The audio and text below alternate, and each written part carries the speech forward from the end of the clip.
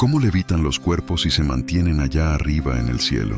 Coppins no lo explica, pero sí cita lo que afirma como evidencia de que los cuerpos del faraón fueron transportados de alguna manera. Como describe Coppins, muchos de los sarcófagos dentro de las pirámides se encuentran vacíos. Esto es cierto, y los egiptólogos generalmente lo atribuyen a los ladrones de tumbas. Pero los sitios de Coppins, múltiples ejemplos de cámaras funerarias completamente intactas dentro de las pirámides. Ningún ladrón de tumbas ha accedido a ellas y, sin embargo, cuando los arqueólogos modernos finalmente abren estas cámaras, los cuerpos no se encuentran por ninguna parte.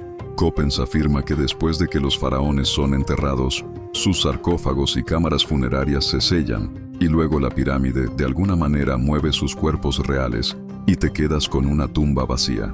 Coppins también señala otra práctica funeraria del antiguo Egipto como prueba adicional. Como hemos visto en el interior de muchas pirámides, junto con el cuerpo del faraón, los antiguos egipcios a menudo también dejaban miles de objetos físicos. Las cámaras funerarias egipcias son grandes porque deben poder contener bastantes cosas. Dentro de estas cámaras hemos encontrado todas las cosas que un faraón necesitaría para ser feliz en el más allá. Sus mascotas a menudo eran momificadas. Sus esclavos a menudo eran asesinados y momificados junto con él, porque iba a necesitar sirvientes en el más allá. No es raro encontrar grandes cantidades de cerveza y pan para que el faraón pueda comer y beber algo en el más allá. Pregunta Coppins. Si el viaje al más allá es solo un viaje metafórico de un alma, entonces, ¿por qué empacar todas estas cosas que conoces? ¿Por qué dejarlo ahí para que se desperdicie de nuevo? Para él, esto podría probar que los egipcios tenían la intención de que el viaje fuera literal. Esto, por supuesto, no tiene en cuenta todas las muchas momias que hemos encontrado dentro de las pirámides. ¿Es probable que los cuerpos físicos estuvieran siendo disparados hacia las estrellas? Probablemente no. Pero lo que podemos ver es que estas pirámides fueron diseñadas pensando en el más allá. Concretamente un viaje al más allá. Ya sea el coche o algo completamente diferente, los egipcios creían en la capacidad del faraón para llegar a su lugar en los cielos con la ayuda de estos edificios. Durante miles de años, los eruditos han debatido por qué se construyeron las pirámides, pero pocos cuestionaron cómo se construyeron. Suponiendo que un gran número de esclavos se vieron obligados a construirlas, los antiguos griegos estimaron que los egipcios habían utilizado una fuerza de trabajo de 100.000 esclavos para construir la Gran Pirámide. Luego, a finales de la década de 1990, un sorprendente hallazgo arqueológico pone patas arriba esa noción. El arqueólogo jefe de Egipto, Zahi Kallas, es responsable de innumerables descubrimientos asombrosos en el país, pero a partir de 1990 se embarca en una excavación de 20 años en la Gran Pirámide. Hace un descubrimiento increíble que nos hace repensar cómo se construyeron las pirámides. Localiza las tumbas, las personas que construyeron la Gran Pirámide y aprende dos cosas. En primer lugar, no eran personas esclavizadas y, en segundo lugar, no eran 100.000 personas, sino más bien alrededor de 10.000. La evidencia que encuentra es que estos hombres fueron enterrados de acuerdo con las costumbres funerarias religiosas egipcias, lo que significa que los hombres que construyeron las pirámides eran de familias egipcias de clase trabajadora. Las tumbas están construidas justo al lado de la pirámide del rey. Ahora los trabajadores son enterrados más modestamente, pero están en sintonía con la cerveza y el pan para la otra vida, un honor que no se otorga a los esclavos. Las tumbas también tienen grafitis en sus paredes que los llaman amigos del faraón Keops. Según Hawass, no hay forma de que eso hubiera sucedido si se tratara de esclavos. Hawass también encuentra evidencia de lo bien que vivían estas personas. Se les daba una gran cantidad de comida y comida lujosa como carne. Así que aquí tenemos una fuerza laboral calificada, bien cuidada, no esclavizada, y solo hay 10.000 de ellos. ¿Qué sentido tiene esto? ¿Cómo es posible que 2,3 millones de gigantescos bloques de piedra se corten, muevan y encajen con tanta precisión que sea literalmente imposible que 10.000 personas deslicen ni siquiera una tarjeta de crédito entre ellos? ¿Usaban los egipcios rampas? Eso parece inverosímil, ya que una rampa con una pendiente lo suficientemente baja tendría que tener más de 1 milla de largo. Sería más grande que la propia Gran Pirámide. Si los egipcios hubieran construido canales capaces de elevar los niveles de agua lo suficiente como para permitir que algunas de estas enormes piedras volvieran a flotar hasta la superficie, al menos se necesitarían más de 10.000 individuos. Según el autor Eric von Daniken, Solo hay una explicación posible. En su libro más vendido de 1968, Carros de los Dioses, Erich von Däniken escribe que los egipcios no construyeron las pirámides por su cuenta. Podrían haber tenido ayuda de extraterrestres. Así que si no podemos averiguar cómo 100.000 egipcios construyeron las pirámides, entonces ciertamente tenemos un problema al tratar de averiguar cómo 10.000 podrían haberlo hecho. En ese sentido, tal vez von Däniken tenga razón.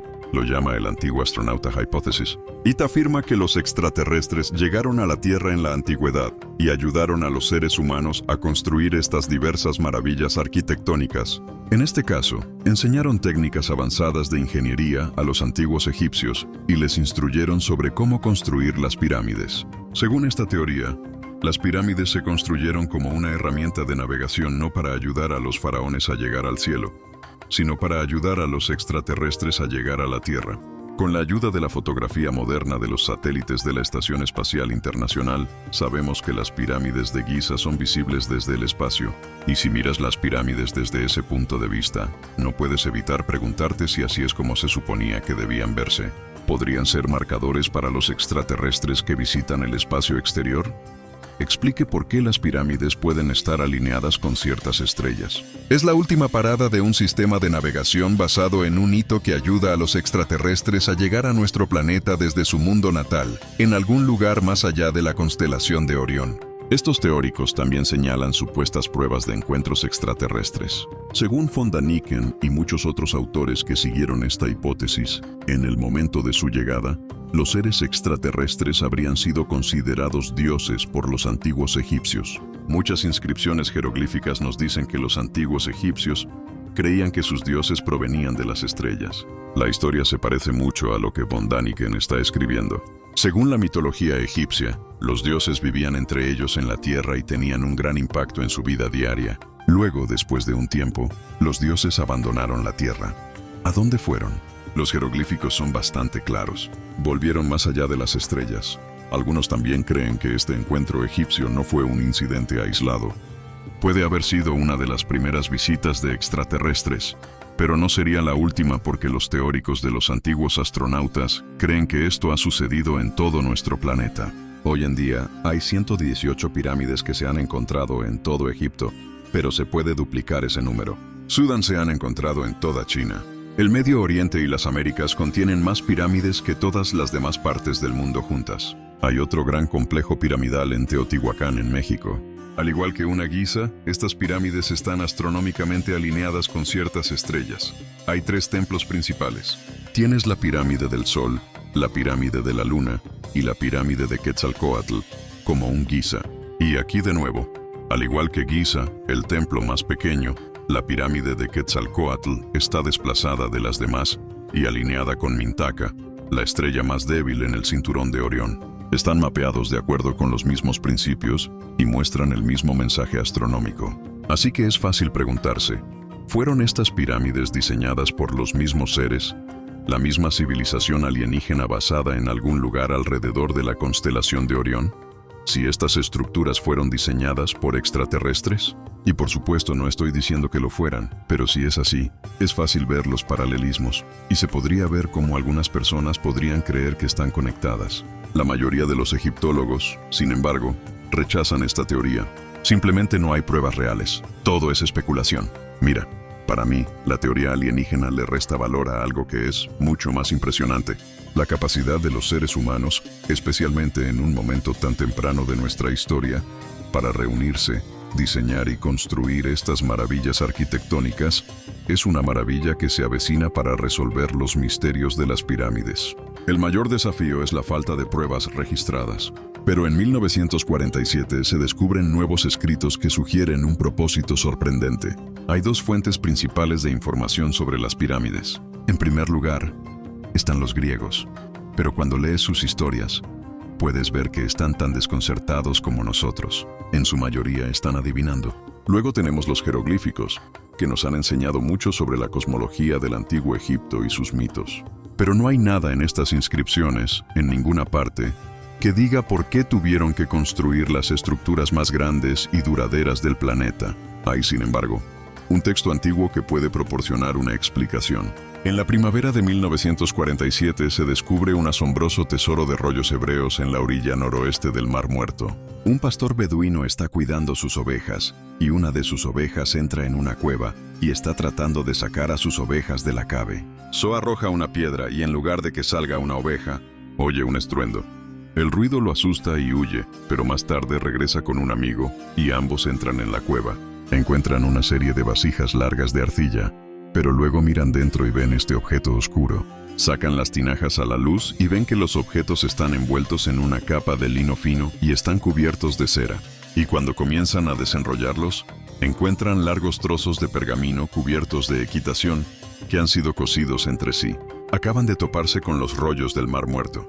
Se remontan al siglo XIII a.C.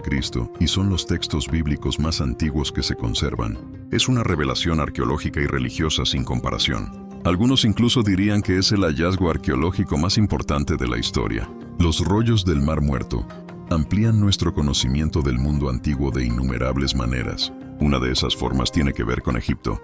Entre estos rollos se encuentra una versión muy antigua del libro del Génesis. Este termina, por supuesto, siendo el primer libro de la Torá judía y de la Biblia cristiana, y en él está la historia de Jacob y su hijo José. Según el Génesis, Jacob tiene 12 hijos cuyos descendientes eventualmente se convierten en las 12 tribus de Israel. Jacob favorece a su hijo más amado, José, lo que provoca una tremenda fricción con sus hermanos y un ataque de celos. Lo venden como esclavo. ¿A dónde ha llevado a Egipto? Allí, en Egipto, José es capaz de cambiar su suerte interpretando un sueño para el faraón sobre una hambruna que se acerca, y José le advierte al faraón que comience a almacenar grano lo antes posible. Algunos estudiosos de la Biblia creen que este grano termina siendo almacenado en las pirámides. Hay dos versiones de esta teoría. Algunos teóricos creen que las pirámides siempre estuvieron destinadas a ser utilizadas para el almacenamiento de granos. Esa fue una de las razones por las que fueron diseñados. Otros creen que no fueron construidos para ese propósito en absoluto, sino que se alistaron para almacenar grano debido a la inminente hambruna. Los historiadores religiosos han propuesto durante mucho tiempo que las pirámides fueron construidas por José como silos de grano. En el siglo V, Julio Honorio, renombrado profesor de gramática y retórica cristiana, crea un manual geográfico para ayudar a sus alumnos a comprender el mundo. Su investigación está compilada en un libro llamado De Cosmografía y hace referencia explícita a las pirámides de Egipto como el Oraya e Osa para los graneros de Joseph. En el siglo VI, esta teoría aparece de nuevo. Esta vez se encuentra en la obra de Gregorio de Tours. Es un historiador que también se convierte en Saint in el Catholic Church. En el primer volumen de su obra maestra Destum Libri, explica el historiador Gregorio de Tours, José construyó graneros de maravillosa mano de obra hechos de piedras cuadradas y cemento. Están construidos de tal manera que son muy anchos en la base, pero estrechos en la parte superior para que el maíz pueda verterse en ellos a través de una pequeña abertura. Estos graneros todavía se pueden ver hasta el día de hoy. Gregorio de Tours tiene que estar hablando de las pirámides. Incluso se refiere a esos enigmáticos pozos que aparecen en la cima de la Gran Pirámide. Ahora, debido al grado de inclinación, es plausible que estos granos de maíz pudieran haber sido vertidos desde arriba. Se puede ver que esta teoría también está representada visualmente en las obras de arte cristianas. Las pirámides están claramente representadas como silos de grano en un mosaico prominente del siglo XII en la Basílica de San Marcos en Venecia. Además, la idea del grano no solo existe en los círculos europeos. De hecho, lo encontramos tanto en el texto islámico como en el bizantino. La Etimológica Magnum, la enciclopedia más grande del Imperio Bizantino, hace referencia explícita a las pirámides como graneros reales construidos por Joseph. As prueba más de la supuesta teoría, algunos autores citan el hecho de que se ha encontrado grano dentro de las pirámides egipcias. Ahora, para un observador externo, se puede ver cómo esta teoría tiene sentido. Piénsalo. Las pirámides tienen una forma similar a las cúpulas de sal que verás al costado de la carretera cuando conduzcas, ¿verdad? La idea es que estos granos se viertan desde la parte superior y, a medida que entren, se formen como una estructura en forma de montículo, similar a la arena y un reloj de arena. Los egiptólogos modernos, sin embargo, encuentran una falla evidente en este argumento.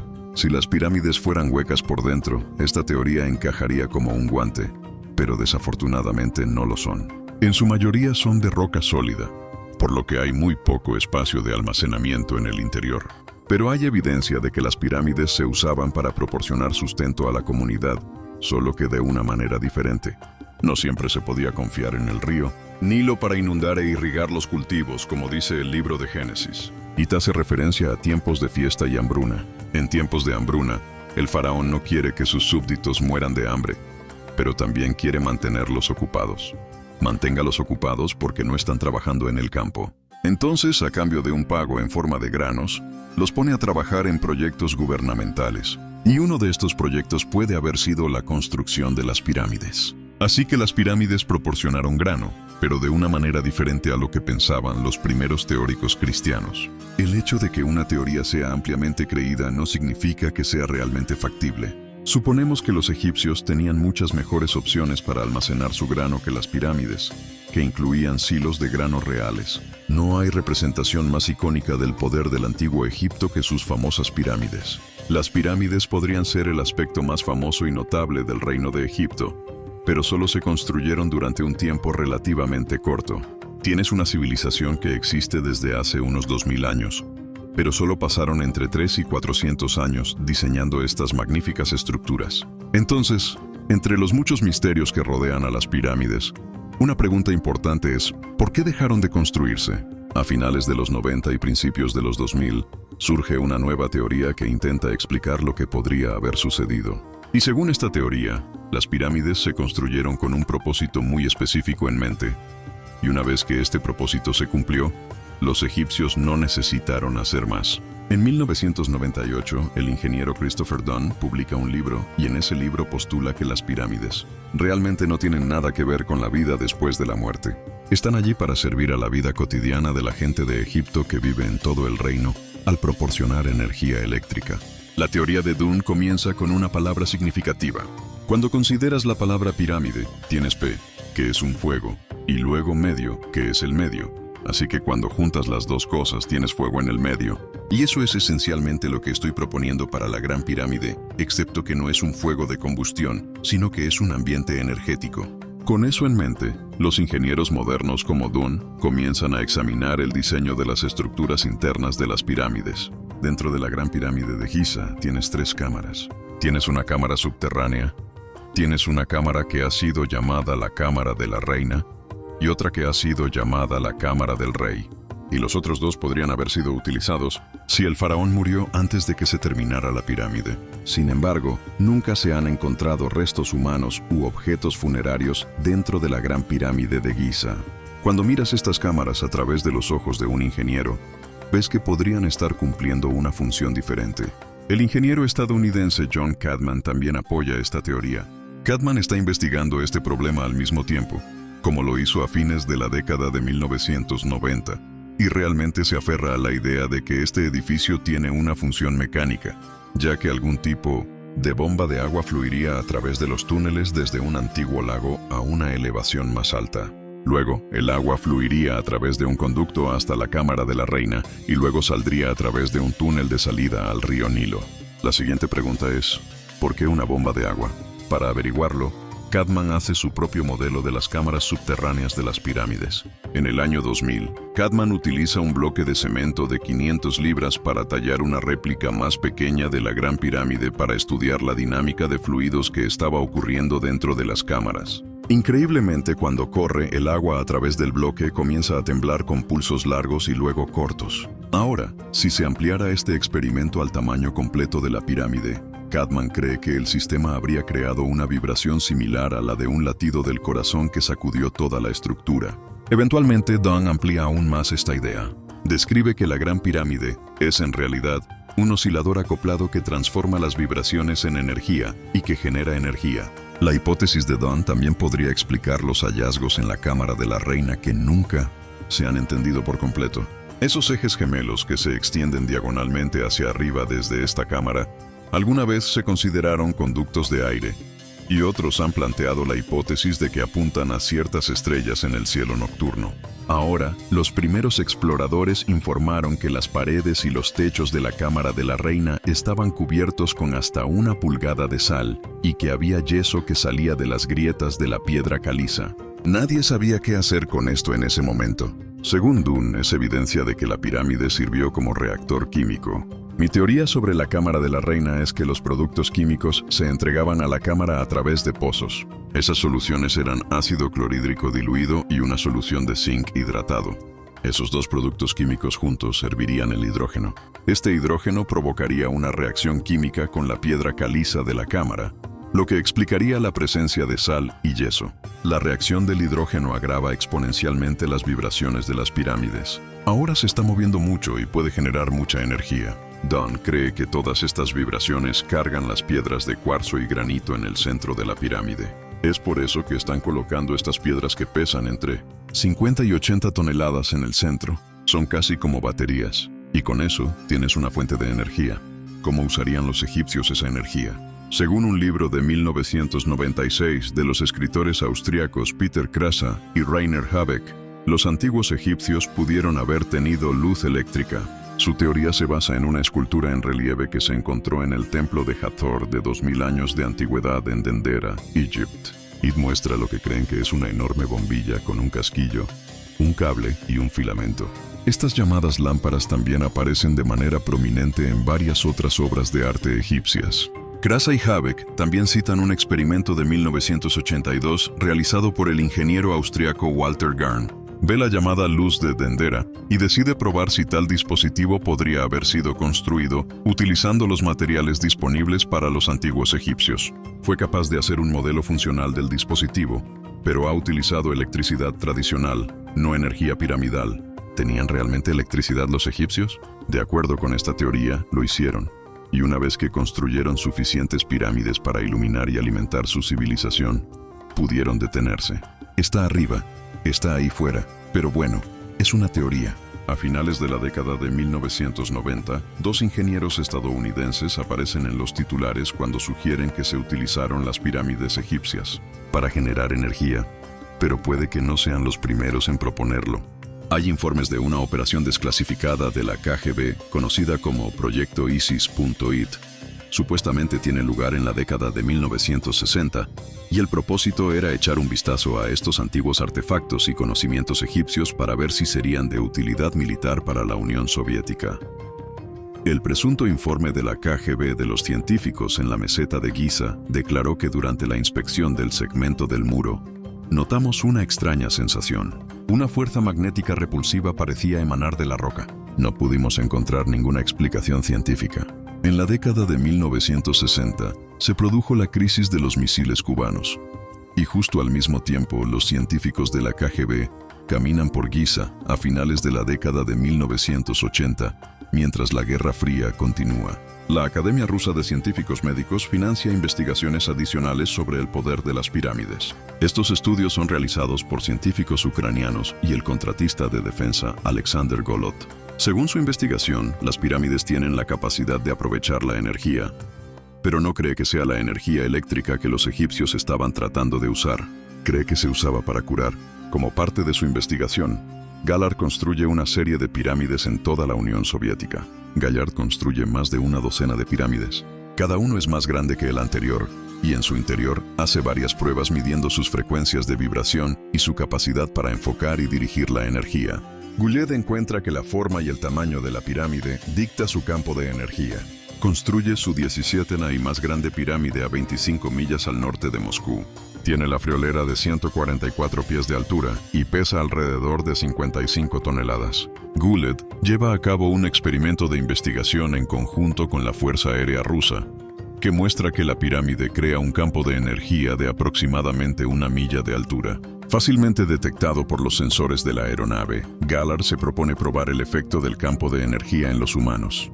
Gallard lleva todo tipo de sujetos de prueba a sus pirámides, pero aún no está seguro de por qué los egipcios construyeron las suyas o qué se supone que hace la energía de la pirámide. Lo que encuentra es que después de pasar tiempo en el centro de la pirámide, las personas en realidad tendrán una marca, una notable mejoría en su salud. Así que publica informe tras informe sobre la energía de la pirámide, promoviendo el crecimiento, la salud y la longevidad. Afirma que los análisis de sangre del sujeto demuestran que pararse en el centro de la pirámide en realidad estimularía el sistema inmunológico. A lo largo de los años, Gallard comparte su investigación con unos pocos elegidos. Se sabe que los atletas rusos visitan estas pirámides antes de las principales competiciones para aumentar su energía y resistencia. Incluso se dice que los cosmonautas rusos trajeron agua de las pirámides de Gilad a la Estación Espacial Internacional para mantener su salud. Las pirámides de Gallarde todavía atraen regularmente a visitantes de todo el país que están ansiosos por experimentar su supuesta energía curativa. Y Gallard se complace en brindar acceso a agua cargada de pirámides o baratijas de pirámides curativas por una pequeña tarifa. ¿Podrían los faraones del antiguo Egipto haber buscado también las mismas propiedades inductoras de la salud? Según esta teoría, sí. Golub cree que las pirámides egipcias se usaron por la misma razón por la que él usa sus pirámides hoy en día. De hecho, cree que podrían haber sido utilizados mientras los faraones aún estaban vivos. Esto podría explicar algunas cosas, como por qué cada pirámide se construyó tan pronto como el faraón fue coronado. Tal vez el edificio estaba destinado a ser utilizado durante su vida, incluso antes de que estuviera terminado, para ayudar a otorgarle salud y longevidad. También explica potencialmente por qué hay algunas otras cámaras en la mayoría de las pirámides. Por ejemplo, ¿por qué hay una cámara de la reina cuando en realidad no tenemos evidencia de que una reina haya sido enterrada allí? Tal vez se le permitió recibir la curación de las pirámides en su propia cámara, pero durante su vida. Pero en la muerte, todo ese poder está reservado para el propio faraón. Todo enfocado a sus restos momificados para protegerlo y preservarlo por toda la eternidad. En última instancia, eso es lo único que sabemos con certeza. Las pirámides representan la permanencia, la fuerza, ya sea que realmente estén enviando energía para estimular el sistema inmunológico o energía eléctrica, ya sea que estén almacenando granos o sirviendo como puntos de referencia a alienígenas. Nada de esto se puede probar en este momento. Pero lo que podemos decir con confianza es que las pirámides fueron construidas para resistir la prueba del tiempo y que lo han hecho. A los arqueólogos de Egipto no les falta trabajo por delante. Actualmente se están investigando más de 100 sitios de excavación activos y muchos más por venir. A medida que se extraen nuevas pruebas de las arenas del desierto, pueden revelarse nuevas verdades.